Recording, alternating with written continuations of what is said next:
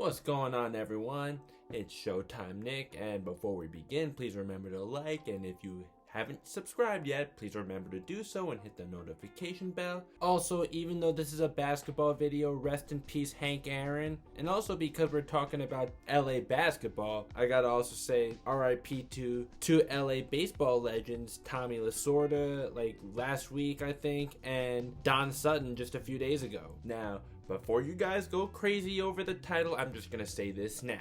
Yes, the Lakers are still the favorites to win the championship, but I gotta give the Clippers their due credit, and to be honest, I actually do think that the Clippers will be more competitive with the Lakers than I thought going into the season. Well, I mean, they did split the season series last year, but honestly, the Clippers are a much different team this year, and in a very good way, and I gotta give them credit for that. So, we're gonna talk about it. Before we do that, let's play the intro.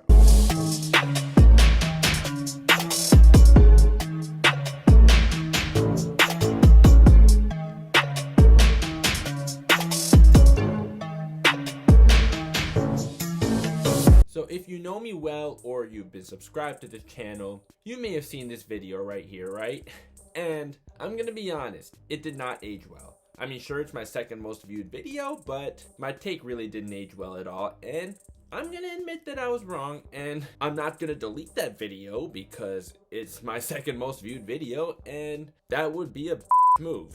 You know what? Tyronn Lue actually has been making adjustments, and he's gotten Kawhi to not load manage, and Kawhi is actually playing like the Defensive Player of the Year candidate. In the past few seasons, he's been that Defensive Player of the Year candidate when he wanted to be, but now he's doing it more consistently, and I think that Tyronn Lue has something to do with that. And Paul George is playing with a chip on his shoulder now. He's actually a top 3 MVP candidate right now. Now, if I have to give out the award right now, I would give it to Joel Embiid, but I think that out of the 3 candidates right now, not even going to be biased, but it just is what it is, and I think that LeBron has the highest likelihood to finish the season as the MVP out of the 3. Although Luka, who was my preseason pick and most people's preseason pick, he could really climb up the MVP conversation as the season goes on. Just right now, he's not even close. But back to the Clippers right now. Now, I did give them credit when they signed Serge Ibaka and Luke Kennard. I thought that those were both very good additions. And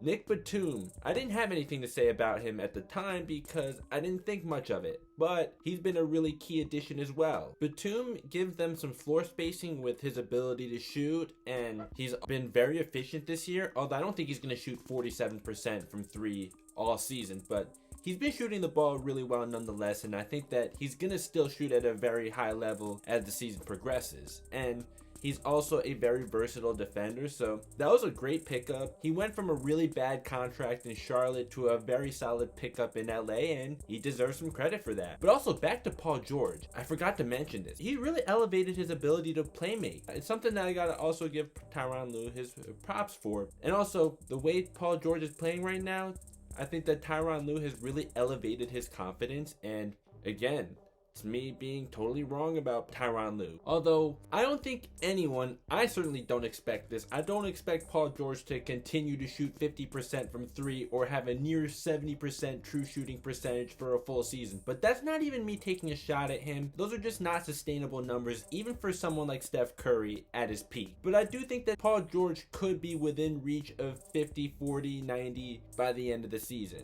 I think that he should shoot around 38 to 39% from 3 by the end of the season, and that's still very elite. Now, yes, Paul George still has to prove himself in the playoffs, but for now, he's doing amazing, and I'll give him credit where it's due. Now, we all knew that Tyronn Lue is a player's coach. That's something we knew since he was in Cleveland. Although, my problem in Cleveland, and I think a lot of people thought this as well, is that he's too much of a player's coach and he doesn't know when to really man up and show tough love. But you know what though? Actually, what I think now, he's able to hold players accountable a lot better than Doc Rivers was able to without shoving it in a guy's face. And that's something that I don't like about coaches, when a coach shoves it in a guy's face to hold him accountable. Yes, some tough love is necessary, but the fact that Tyronn Lue is able to hold guys accountable without shoving it in his players' face when they mess up, I definitely think that's something that we should really applaud him for. And I didn't think I'd ever make this video about Tyronn Lue, but here we are now.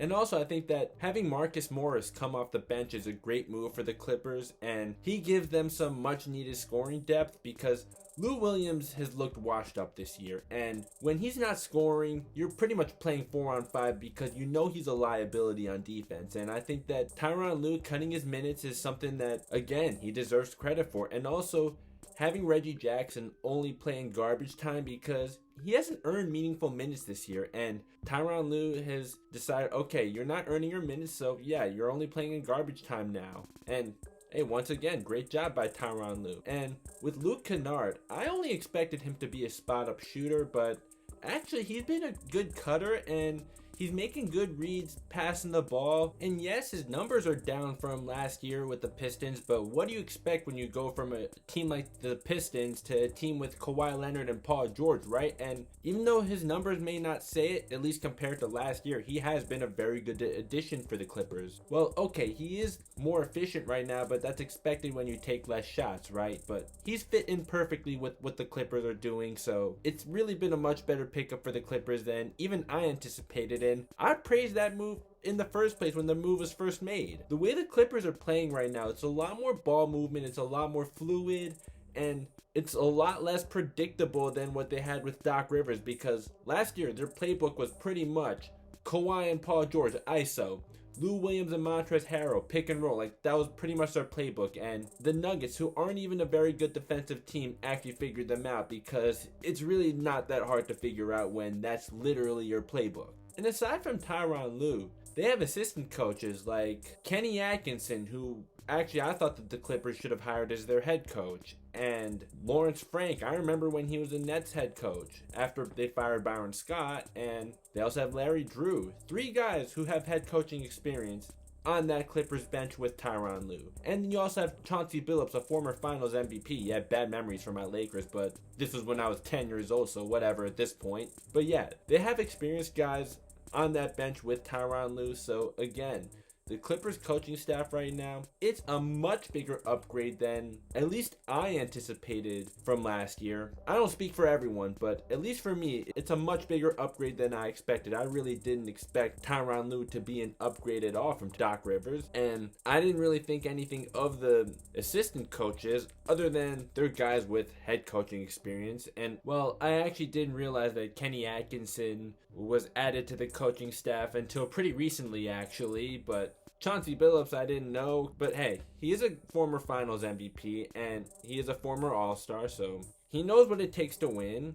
He was Mr. Big Shot. Now, the question in the title: can the Clippers beat the Lakers? My answer, and I'm not even being biased, is I still think the Lakers are favorites to win. However, I think that this year's champions, with the way the season is going right now, it's going to be either the Lakers or Clippers, and I think that the Lakers are more favorable because they have the advantage with the bigs with just Anthony Davis alone. And by the way, Anthony Davis finally played with some aggression, scored 37 points in just 28 minutes, and I've been wanting him to be more aggressive. He's been playing soft the last few games, but finally he stepped it up. And yes, I know against a weak defensive team, I think the Bulls are 19th in defensive rating. I'm not sure, but I'll fact check when I'm editing this. Although their offense has been a lot better with Billy Donovan, because Jim Boylen was just absolutely atrocious, arguably the worst coach ever. The Lakers were able to hold a pretty decent offensive team to just 90 points. They have the top-ranked defense in the league, and it's not just because they're playing weak teams. In fact, they play pretty good defense against the Bucks too, which I will talk about in just a moment. But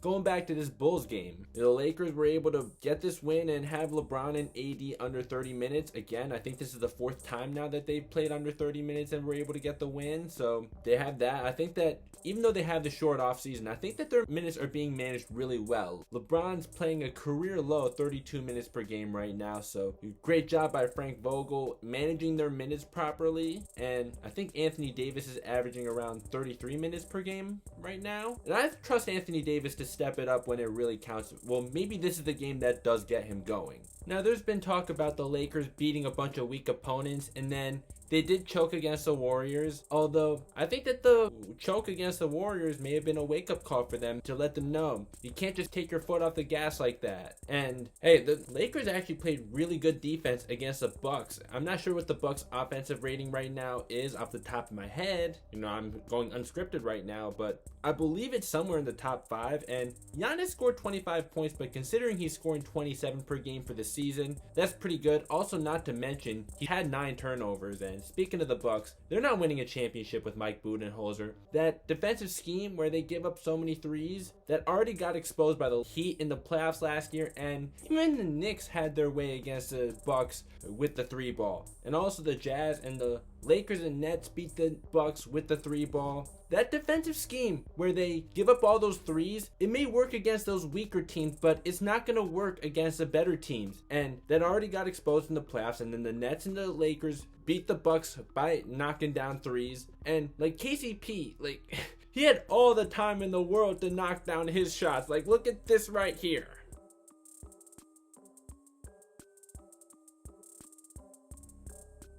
But yeah, the fact that the Lakers were able to hold the Bucks to just 106 points, which is under their season average, so I would say that's a good job. Not to mention Giannis's 9 turnovers. So yeah, #1 defense in the NBA regardless of opposition, and who cares about the schedule? The Clippers have had a pretty easy schedule too during their 6-game winning streak, but am I going to criticize them for it? No, you play who's in front of you and they're winning games regardless. So I could easily still talk about the Clippers losing by 50 earlier in the year, but no, I'm not gonna, because they're playing a lot better than that right now, and they learned the hard way that talent alone isn't going to win the championship. And right now it's a much different team. But unfortunately for them, the Lakers got better too. And Dennis Schroeder, yeah, he's been very inefficient this season, even as the 3rd scorer on the team. But I think as the season progresses, he's going to step it up more. And Montrezl Harrell, while yes, he was eaten alive by Jokic, well, Nikola Jokic isn't a cannibal, but you know what I mean. Nikola Jokic destroyed Montrezl Harrell in the playoffs, but I think that with Marc Gasol and Anthony Davis, Montrezl Harrell's defensive inability will be masked a lot better in the playoffs than it was by the Clippers. Especially because I don't think that Frank Vogel will actually even have Montrezl on a guy like Jokic in the first place. Speaking of the Nuggets, I knew that losing Jeremy Grant would hurt them, just not as much as it actually is. Although they did get a win against the Suns in overtime today. But back to the Lakers and Clippers. Also, LeBron has proven to be the most clutch player in the last 20 years, which is something that Legend of Winning just did a great video on. I'll link that in the description. And also the Lakers do have the playmaking advantage with LeBron. Now yes, Paul George, I did say earlier that he has really elevated his playmaking ability, and in fact Kawhi has actually too to some degree. And also the Lakers have Marc Gasol. Even though they don't have Rondo anymore, Marc Gasol, as we all know, is a great passer as well. So the Lakers still have the playmaking advantage, and like I said, top ranked defense. Now I know with the Clippers being 16th in defense, that's a little flawed because of that 50-point loss and a couple other games where they gave up over 115 points. But for most of the season, their defense has actually been really good. But I still have to give the edge to the Lakers there. And I gotta mention, Kyle Kuzma has really stepped up his game on defense. Before, he was a defensive liability, but that's not true anymore. He has really elevated his defense. Even though Kawhi has been lights out on defense this year, like defensive player of the year conversation, he's been that good on defense, but still I definitely have to give it to the Lakers there. And also the Lakers still have more depth, and they have the personnel to play any kind of basketball. They can go traditional with AD and Marc Gasol, or AD and Montrezl Harrell, or they can go small with AD playing center against those faster teams. We saw it against the Rockets in the playoffs last year, and against the Heat too. So I think that the Lakers have that advantage in terms of their personnel. And Talen Horton-Tucker, honestly, it's not like he's even really that needed. He's just another guy that's nice to have, and he would have a much bigger role, like not a star player role, but he'd have a bigger role on most other teams. But the Lakers are just so deep that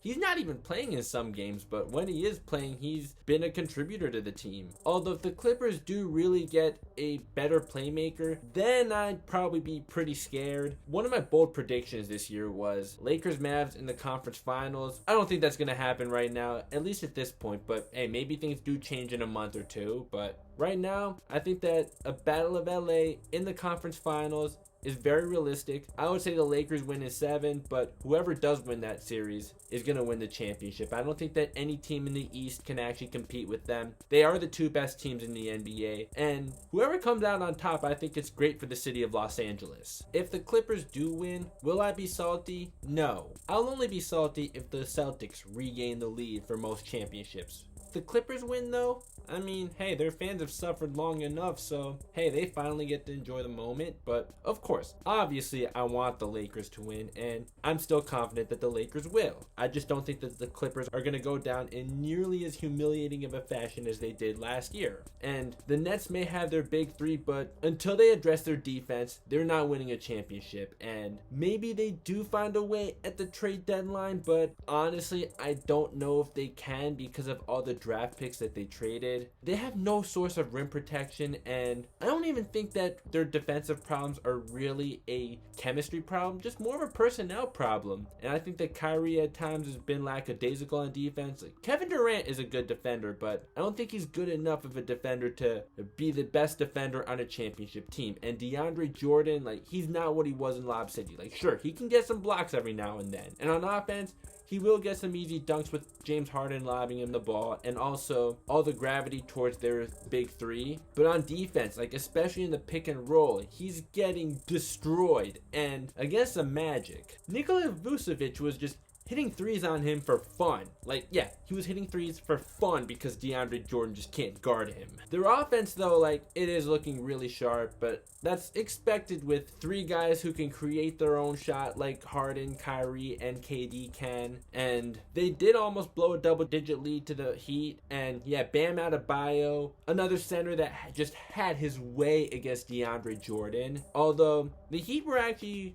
within reach without Jimmy Butler. They haven't gotten off to a great start. They still don't have Jimmy Butler back, so it is expected. Perhaps the Heat probably would have won if they had Jimmy Butler, but the results just are what they are, and I just don't see the Nets being that much of a threat to the Lakers or the Clippers because of their problems on defense. At the time of the trade, they were, I think, 12th in defensive rating, and now they're all the way down at 26th in defensive rating. In just that many games. In like 5 games, I think, since the trade. Like, come on. Although I don't think of just this season alone as championship or bust for the Nets. Although going forward with this trio, yes, it is championship or bust, and they're going to really need to figure things out on defense. But just this season, no. Right now, the East is as wide open as it can get. Honestly, it really could be anyone making it out of the East to represent them in the finals. Right now, the Sixers do have the top seed, but yes, Doc Rivers is better than Brett Brown, but is that really much to ask for? Yes, he does have Joel Embiid playing at an MVP level. I'll give him that, but we all know about his playoff history outside of 2008. And the Celtics, they don't have the best record right now, but they could very easily turn it around. And while, yes, Brad Stevens was severely outcoached in the conference finals, he still is a great coach nonetheless. And he could get the Celtics to the finals for all we know. But again, the East is just very wide open right now. And perhaps the Heat could turn things around when they get their full squad back, but they're not beating the Lakers or Clippers either. So that's all for now, and I just want to give the Clippers their due respect and also say I was wrong about Tyronn Lue. And just for the record, I do not hate Tyronn Lue. I never did. In fact, I remember when he was on the Lakers. That's when I first started watching basketball.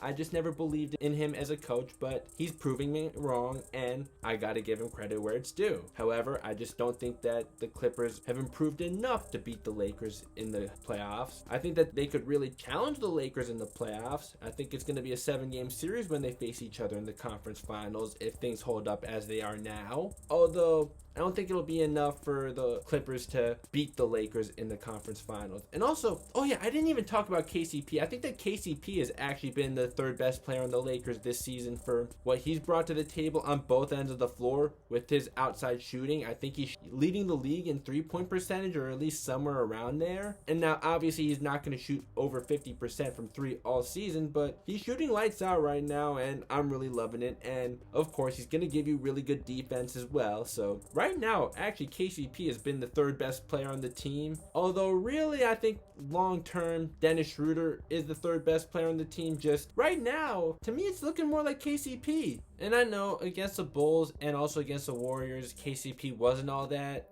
although he played really well against the Bucks because the Bucks were just letting him shoot threes. But just looking at efficiency and also defense, right now I would give it to KCP, just probably not for the long term. Like I said, the Lakers just have so much depth. So yeah, that's just what I wanted to say for now. So again, please remember to like and subscribe and hit the notification bell, and I'll see you next time.